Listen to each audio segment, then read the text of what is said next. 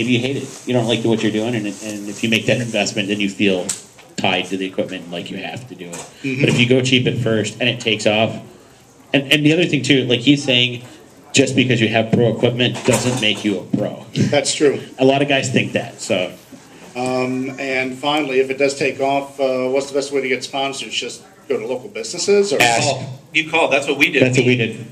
I was on Facebook one day and said, "Oh wow, 80stees.com. I love those things." I contacted him and said, "If we put a spot in our show for you guys, would you give us 4 shirts a month, and we'll do 4 commercials?" Absolutely. So this is an 80stees.com Ghostbusters baseball jersey, and that's just from me calling.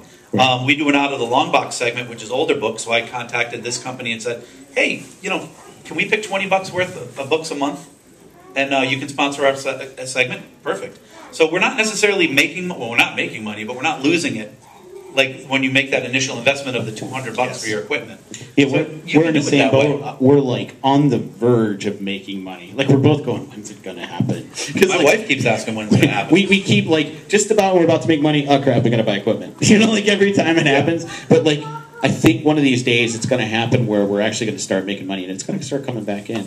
It's like I do book reviews for like trade paperbacks, and a lot of them I'll get from instocktrades.com. Oh, yeah. Right. And I'll just email them and say, hey, I want to do a couple of reviews of stuff, and they'll say, oh, well, here's a couple of books, and as part of the review, I put the link right on there for InStock Trades.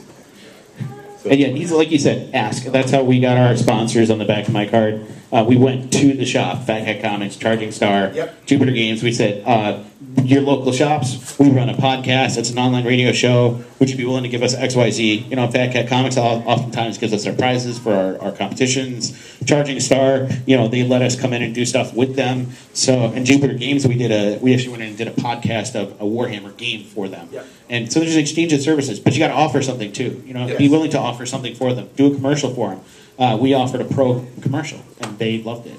So, any other questions out there? People curious about how to get into the field? Got one in the back there, Tara. Yeah, suppose... Yeah, go ahead and use the mic there. Okay. Suppose if you have a very nice laptop, and I have an HP, and that I've recently have been told that all of the things that I can do either on the iPad or the iPhone, I can do it with my laptop. So my question to you guys is that how can I use my laptop for a podcast? Okay. You guys want to shoot this? Well, like I said, Matt and I were saying, we use a program called Audacity. That would be where I start. Yeah. That would be if you're looking for just bare bones, the basic program, use a program called Audacity. At a rock bottom price, free. Yeah, exactly. It's awesome. Yeah, it's a great free program. We still use it on the laptop here. My laptop's like, I don't know, I think Calvin Coolidge was using it originally. It's that old, but it's online at audacity.sourceforge.net. Yep. Or just Google Audacity recording program and it'll come up. And then you'll find like whatever podcast mixer set you get, there's usually a software for that to be able to connect that to your laptop. And the patch to fix the connections that you're not going to have. Yeah. Yes. We found that one out too. And always play with the software before you try to post it online.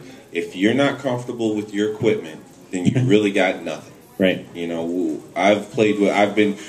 DJ work on the side, and I've been doing that for years and a bunch of other tech work.